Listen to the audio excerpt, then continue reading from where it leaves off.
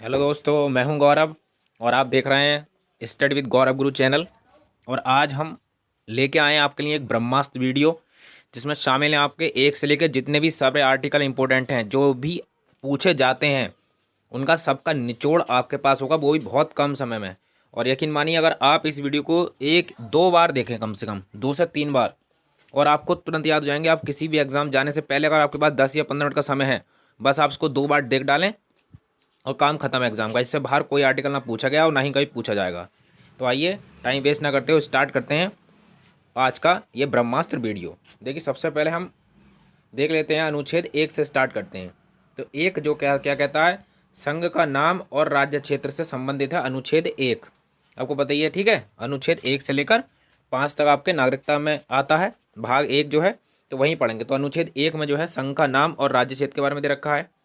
इसी तरह से अनुच्छेद 2 जो है वो कहता है कि नए राज्यों का प्रवेश या स्थापना के बारे में जो प्रावधान है कि अगर नए राज्यों को हमें अपने देश में जोड़ना है या उनकी स्थापना करनी है, तो अनुच्छेद 2।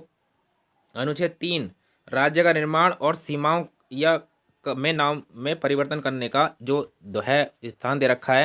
यानी कि हम राज्य के अंदर ही राज्य का निर्माण करें, जैसे उत्तर प्रदेश से हमारा उत्तराखंड अलग हो गया, या हम सीमाएं बदल दें या उसके नाम चेंज कर दें, तो वो आर्टिकल 3 के अंदर है। और आर्टिकल 2 कहता है कि नए राज्यों का प्रवेश हम करेंगे, जैसे हमने सिक्किम को मिला लिया, जम्मू कश्मीर के अंदर ले लिया, तो ये जो है आर्टिकल 2 है। और आर्टिकल 3 में राज्य का निर्माण उसके नाम बदलने से संबंधित है। आर्टिकल 4 पहली अनुसूची व चौथी अनुसूची के संशोधन, यानी पहली और दूसरी जो अनुसूची उसमें संशोधन, तथा 2 और 3 के अधीन बनाई गई विधियाँ जो हैं इसमें सम्मिलित हैं। आगे बढ़ते हैं, आर्टिकल 5 देख लेते हैं। आर्टिकल 5 कहता है संविधान के प्रारंभ पर नागरिकता, यानी संविधान के प्रारंभ पर नागरिकता के बारे में से दे रखा है अनुच्छेद 5 में। अब अनुच्छेद 6 है भारत आने वाले व्यक्तियों को नागरिकता। ये अनुच्छेद 6 कहता है कि भारत जो आएंगे वो नागरिकता कैसे प्राप्त करेंगे। इसी तरह अनुच्छेद 7 है पाकिस्तान जाने वालों को नागरिकता के बारे में दे रखा है अनुच्छेद 7 में। अनुच्छेद 8 में दे रखा है भारत के बाहर रहने वाले व्यक्तियों को नागरिकता कैसे दी जाएगी, तो अनुच्छेद 8 में।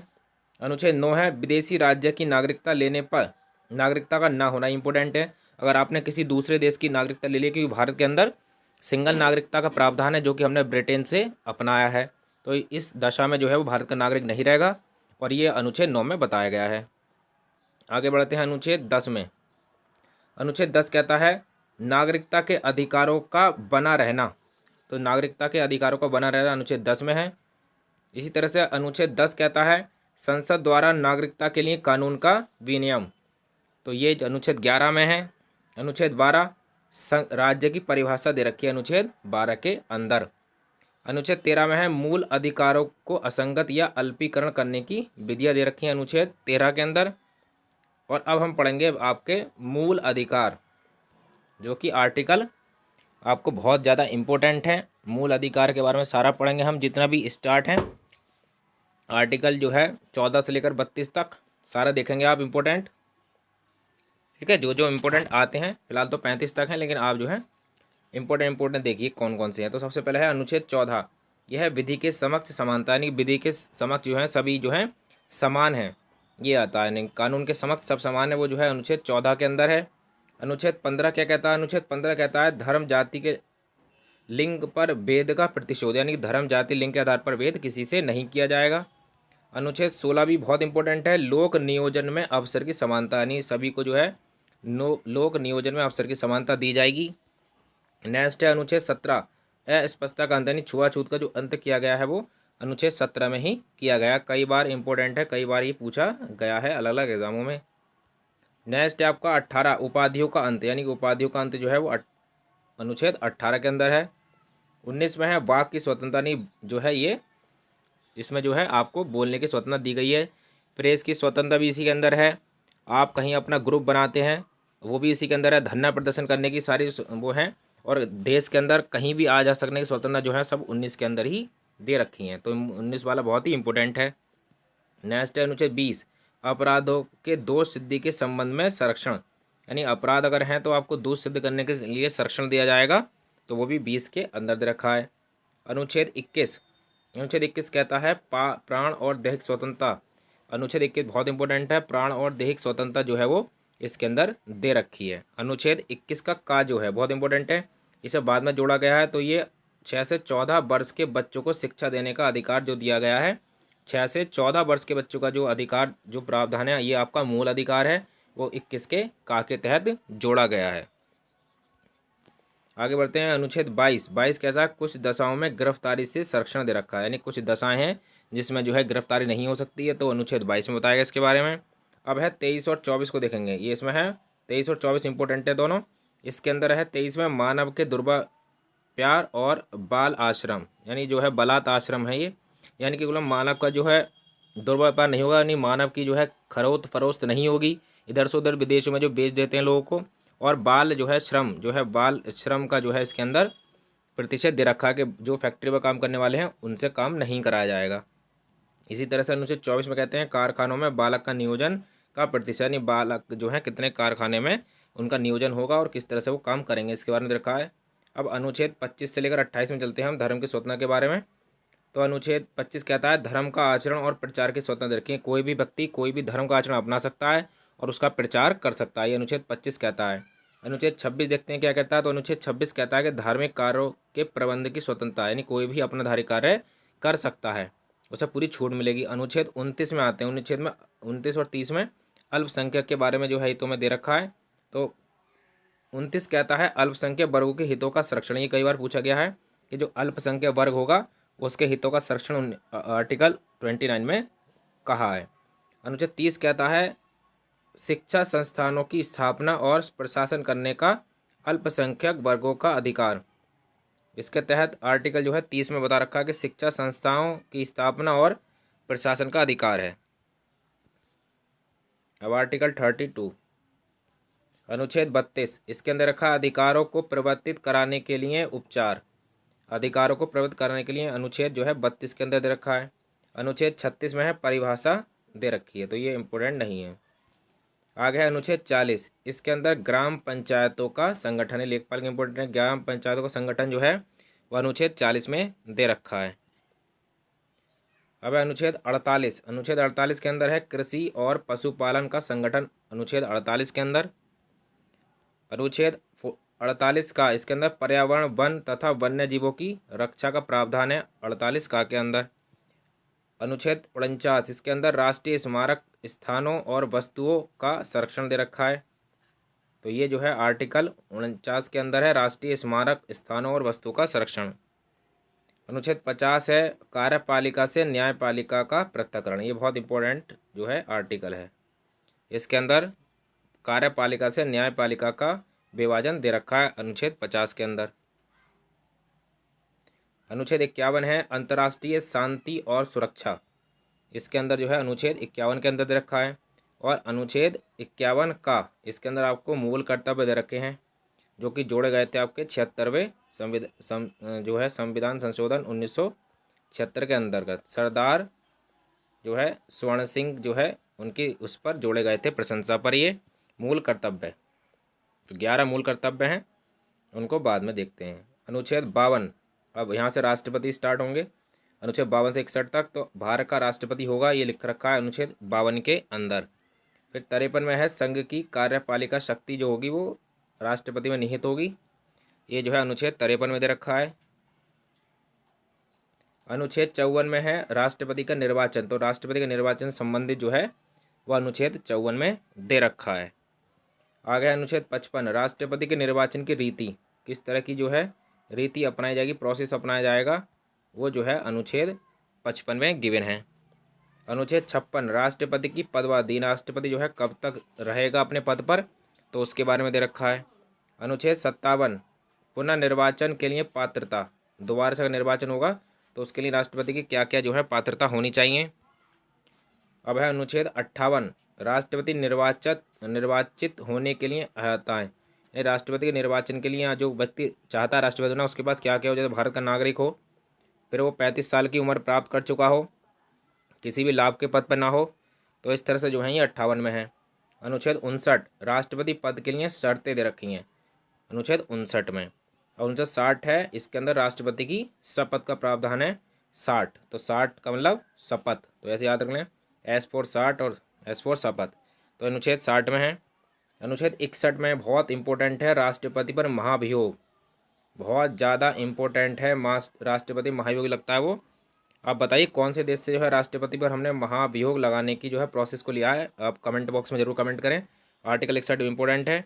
अब है आर्टिकल 62। अब राष्ट्रपति पद पर व्यक्ति को भरने के लिए निर्वाचन का समय और रीतियाँ, ये आर्टिकल 62 में दे रखा है। अब बढ़ते हैं आगे हम 63 से राष्ट्रपति जो उपराष्ट्रपति उनके बारे में। तो अनुच्छेद 63 में दे रखा है कि भारत का एक उपराष्ट्रपति भी होगा, जो कि क्या करेगा, समय समय पर जो है राष्ट्रपति को कि अगर नहीं हुआ कोई उपस्थित तो उनके रेस्पेक्ट में काम करेगा। फिर अनुच्छेद 64 कहता है उपराष्ट्रपति का राज्यसभा का पदेन सभापति होता है। ये बहुत इंपॉर्टेंट है। राज्यसभा का जो पदेन सदस्य होता है, सबसे बड़ा नेता जो होता है, उसी को हम उपराष्ट्रपति कहते हैं। तो उपराष्ट्रपति जो है उपराष्ट्रपति की तनख्वाह नहीं लेता है, वो जो है जो राज्यसभा का पदेन सदस्य अध्यक्ष होता है उसकी तनख्वाह वो लेता है। तो ये भी याद रखें। अनुच्छेद 65 कहता है राष्ट्रपति के पद की रिक्त पर उपराष्ट्रपति के कार्य, यानी कि 65 में ये दे रखा है कि राष्ट्रपति नहीं होगा तो उसकी जगह पर जो है उपराष्ट्रपति काम करेगा, उसको सारी वो सुविधाएं मिलेंगी जो कि राष्ट्रपति को मिलती है। नेक्स्ट है अनुच्छेद 66 यानी 66 में है उपराष्ट्रपति के निर्वाचन से संबंधित दे रखा है कि उपराष्ट्रपति का निर्वाचन जो है वो किस तरह से होगा, उसमें कौन कौन से जो है सदस्य और जो है सभाएं भाग लेंगी। अब पढ़ते हैं हम जो है अनुच्छेद 67 पर। 67 में क्या रखा, उपराष्ट्रपति की पदवी है, आपको पता ही होगा 5 साल की पदवी होती है। अनुच्छेद जो है 68 क्या कहता है, उपराष्ट्रपति के पद की रिक्त पद भरने के लिए निर्वाचन जो पद्धति अपनाई जाएगी वो 68 में होगी। अनुच्छेद 69 कहता है उपराष्ट्रपति द्वारा शपथ, और राष्ट्रपति शपथ किस में है, 60 में। और 61 में क्या है, राष्ट्रपति पर महाभियोग लगाया जाता है। ठीक है, आगे बढ़ते हैं।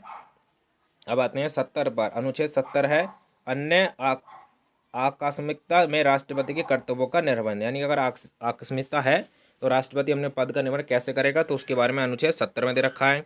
अनुच्छेद 71 कहता है राष्ट्रपति और उपराष्ट्रपति के निर्वाचन से संबंधित विषय दे रखे हैं अनुच्छेद 71 में।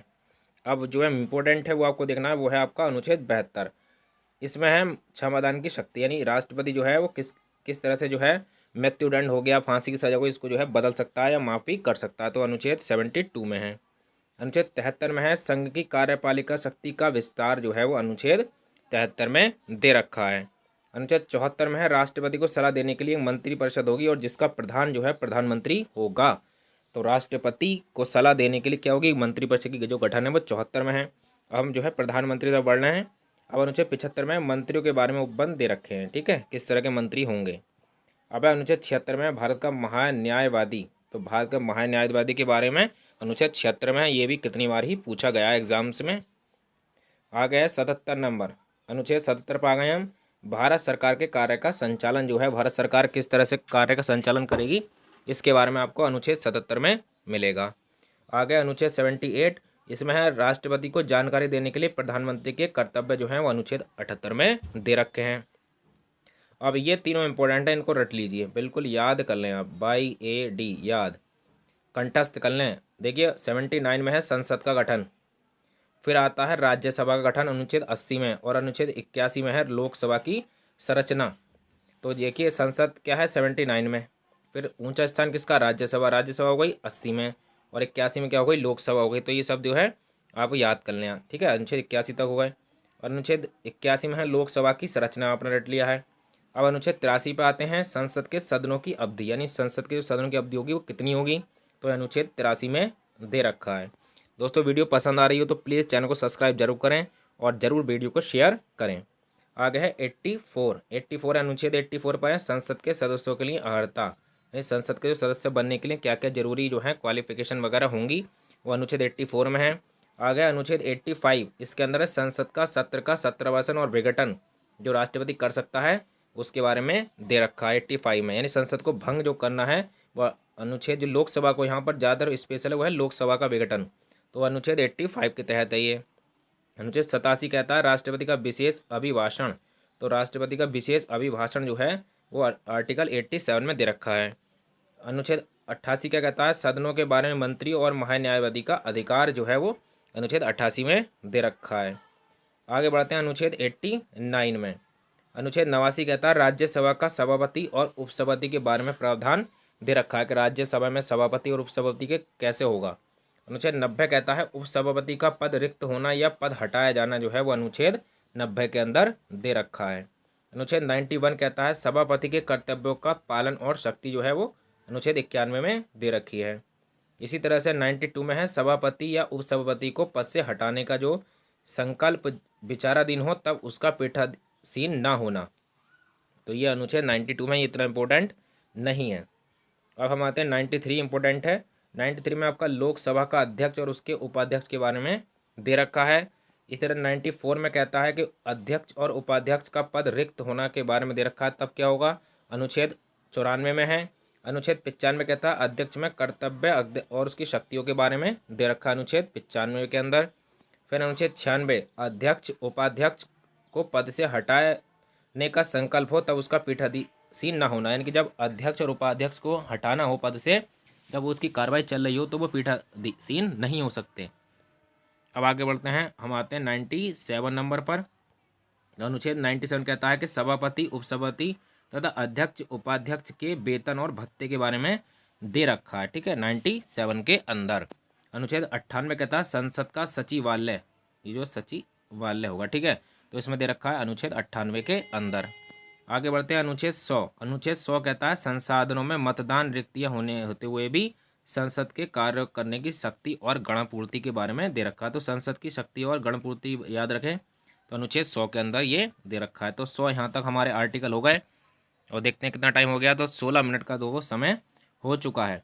तो 16 मिनट में आपने जो है 100 आर्टिकल आज जो है याद कर लिए हैं। तो इसी तरह से हम इसका सेकंड पार्ट और थर्ड पार्ट लेके आएंगे, क्योंकि वीडियो काफ़ी लंबा हो जाएगा, आप बोर हो जाएंगे। तो इसलिए आप 100 जो हैं अच्छी तरह से बिल्कुल याद कर लें, जो मेन जो हैं आपके हैं, जैसे कि मूल अधिकार हो गए, हमारे मौलिक कर्तव्य हो गए, और जो है आपके लोकसभा राज्यसभा राष्ट्रपति के सारे आप याद कर लें, और उपराष्ट्रपति की। तो ये मेन थे इसके अंदर। अब हम जो है अगले वीडियो में 100 से लेकर और ज़्यादा जो दूँगा उनको निपटाएंगे।